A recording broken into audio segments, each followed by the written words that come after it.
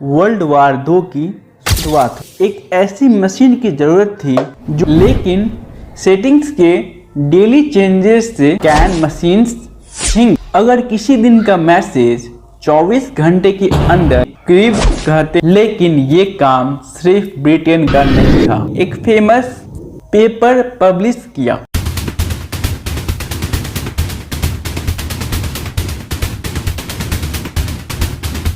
1 सितंबर 1939 जब Adolf Hitler की Nazi Germany ने पोलैंड पर अटैक किया,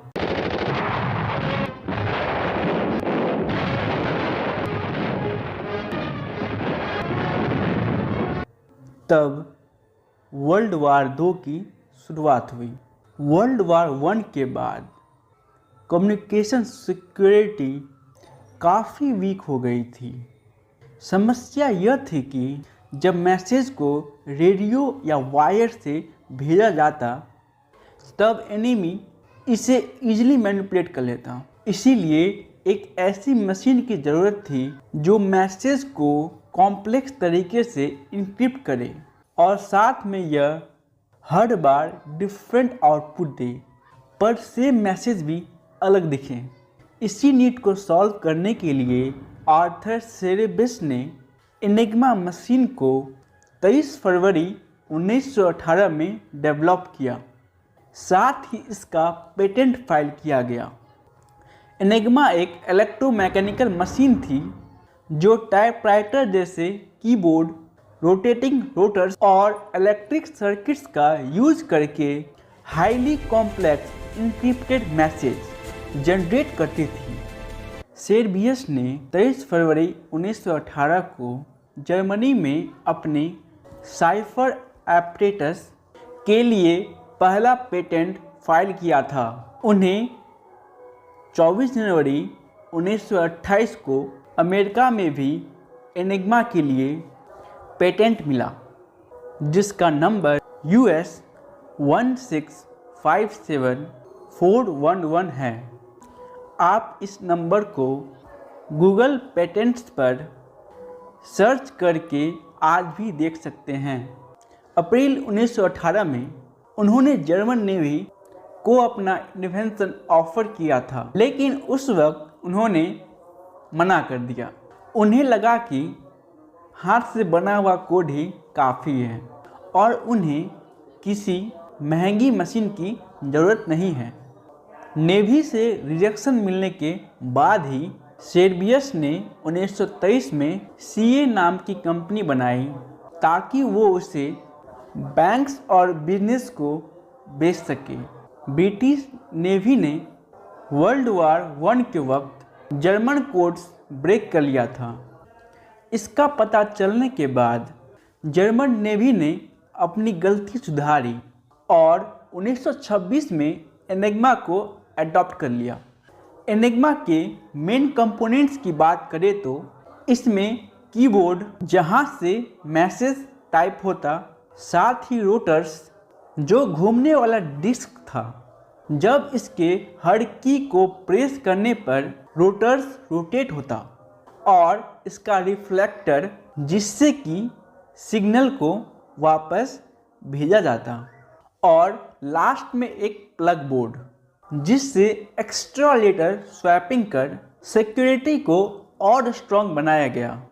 जब एक लेटर प्रेस करते तब इलेक्ट्रिक करंट रोटर्स के थ्रू पास होती, जिससे हर रोटर एक लेटर को सब्स्टिट्यूट करती, जिससे कि एक कंप्लीटली डिफरेंट लेटर आउटपुट के रूप में आता। जब हर की को प्रेस करने के बाद इंक्रिप्शन पूरी तरह चेंज हो जाता, जिसमें millions of billions possible combination develop किए गए। इसी कारण से इसे उस टाइम का अनब्रेकेबल मशीन माना गया। वर्ल्ड वार 2 के दौरान नाजी जर्मनी ने अपनी सभी मिलिट्री मैसेज एनिग्मा से इनक्रिप्ट की। जर्मन कमांडर्स को पूरा भरोसा था कि इसके 10⁻22 से ज़्यादा पॉसिबल सेटिंग्स कभी ब्रेक नहीं हो पाएगी। वर्ल्ड वार 2 एक ग्लोबल वॉर था जो दो मेजर अलायंसेस के बीच लड़ा गया था। एक तरफ थी एक्सिस पावर जिसमें जर्मनी, इटली और जापान शामिल थे, और दूसरी तरफ थी अलाइड पावर जिसमें ब्रिटेन, फ्रांस, अमेरिका और सोवियत यूनियन, आज का रशिया, जैसे पावरफुल देश थे। अलाइड पावर एक कोलिजन था जहां बहुत सारे कंट्रीज ने मिलकर वॉर लड़ा। इस वॉर के दौरान जर्मनी अपनी मिलिट्री कम्युनिकेशन को सिक्योर रखने के लिए एनिग्मा मशीन का यूज किया करता था। यह मशीन मैसेजेस को इतना कॉम्प्लेक्स तरीके से इनक्रिप्ट करती थी, बिना करेक्ट सेटिंग के उन्हें डिकोड करना ऑलमोस्ट इम्पॉसिबल था। ब्रिटेन के लिए ये बहुत ज़रूरी था कि वो इन मैसेजेस को समझ सके, क्योंकि इसमें थे जर्मन के प्लान्स जैसे कि अटैक्स या नेवल मूवमेंट का पहले से आइडिया मिल सकता था। शुरुआत में ब्रिटिश कोड ब्रेकर्स ने एनिग्मा मैसेज को मैन्युअली डिक्रिप्ट करने की कोशिश की, लेकिन सेटिंग्स के डेली चेंजेस से और ह्यूज नंबर ऑफ कॉम्बिनेशंस की वजह से ये काम प्रैक्टिकली इम्पॉसिबल हो रहा था। इसी चैलेंज ने बाद में एडवांस मशीन्स और टेक्निक्स के डेवलपमेंट को जन्म दिया, जिसे एनिग्मा को ब्रेक किया गया।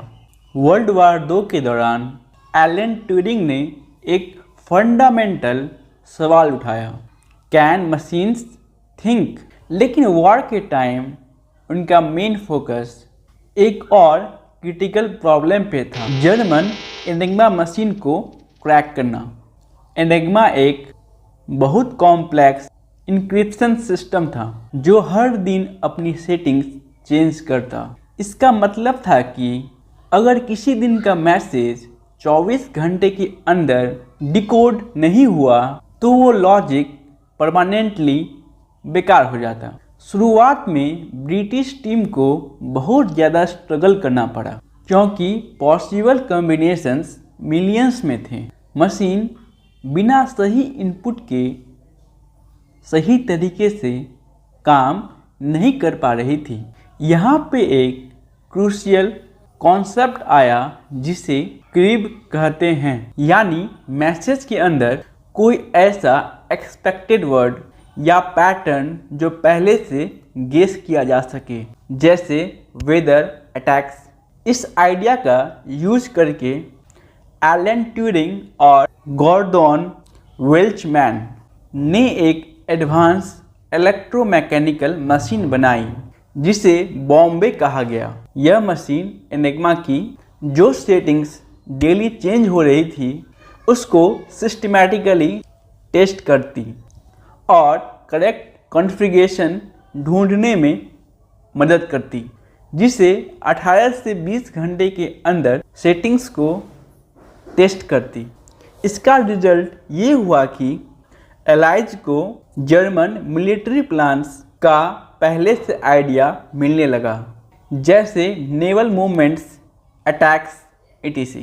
हिस्टोरियंस के अकॉर्डिंग एनिग्मा को क्रैक करने की वजह से वॉर का ड्यूरेशन लगभग 2 से 4 साल कम हो गया और मिलियंस ऑफ लाइफ बच गई। लेकिन ये काम सिर्फ ब्रिटेन का नहीं था।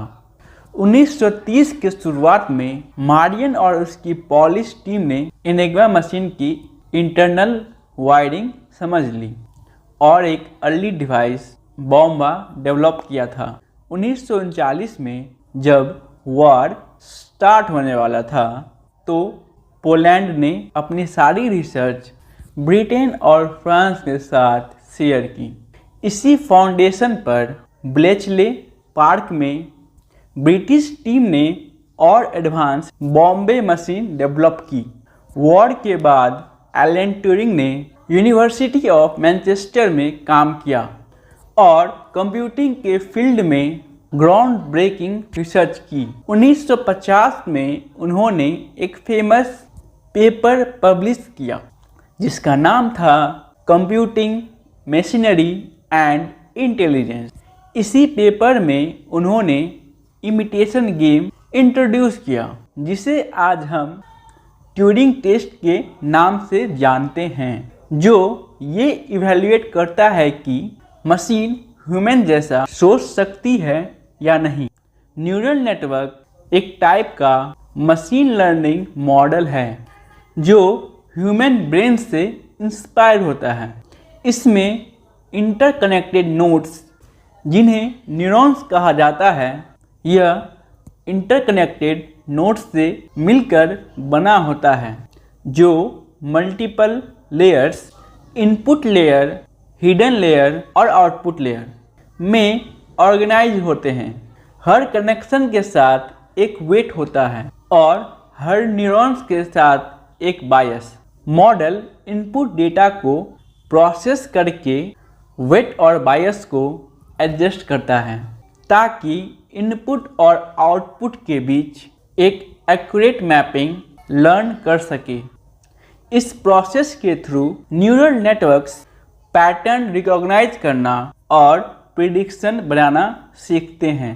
एलन ट्यूरिंग ने 1950 में मशीन इंटेलिजेंस पर काम किया और अपना पेपर पब्लिश किया जिसने एआई के कॉन्सेप्ट को पॉपुलर किया। आर्टिफिशियल इंटेलिजेंस टर्म ऑफिशियली 1956 में जॉन मैकार्थी ने डार्टमाउथ कॉन्फ्रेंस के दौरान कॉइन किया। न्यूरल नेटवर्क का शुरुआती कॉन्सेप्ट 1940 से लेकर 1950s के बीच में डेवलप हुआ था।